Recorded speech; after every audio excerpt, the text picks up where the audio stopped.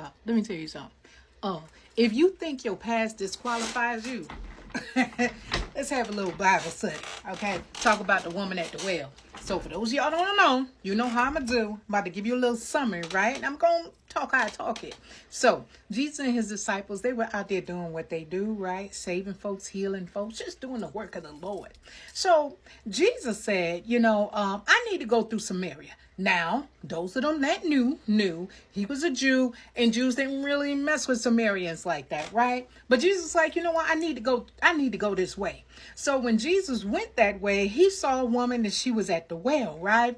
And she was getting water, for herself, for her people, I don't know. But Jesus said, can you give me water to drink? And she giving him all these excuses, right? Like, sir, I know you be a Jew and da-da-da, and why would you ask of me, a Samaritan? Basically, y'all mess with us like that. Why would you ask me?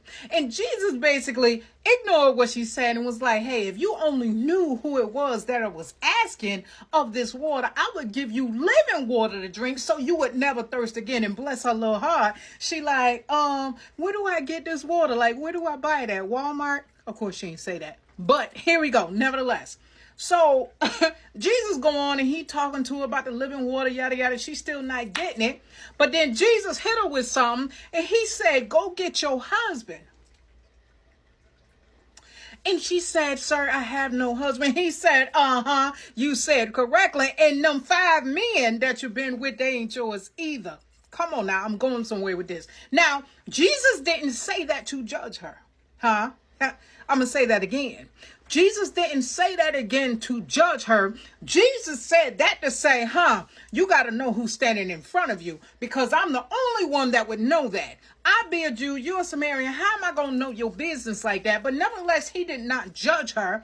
And she said, oh my gosh, this man know that I had 5 and neither of them had been my husband, but yet he was more concerned about giving her living water. Come on now, somebody.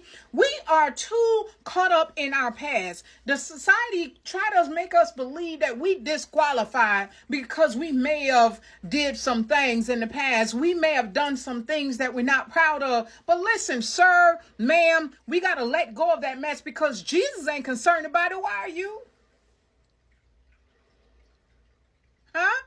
If Jesus ain't concerned about that thing, why are you concerned about it?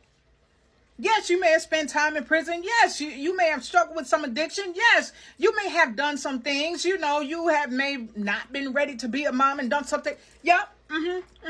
Yes, you may have had your children taken away from you. Yes. Yes, you may have been homeless. Yes, you may have done some things. You may have caused some things by your own hands. That caused you to live in certain situations. But listen to me right now. Jesus ain't concerned about that. He more concerned about giving you living water so that you never thirst again. The living water. Focus on that. Don't allow your mom and them, your family, people you grew up with, anybody try to throw your past in your face and make you think you ain't qualified to be worthy. Jesus said you is. So if Jesus saying you worthy, then you worthy here on earth. That every man, every woman, whatever, gotta respect you.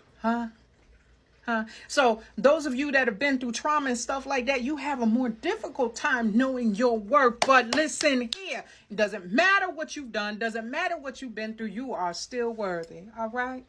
I love y'all. Y'all have a good day.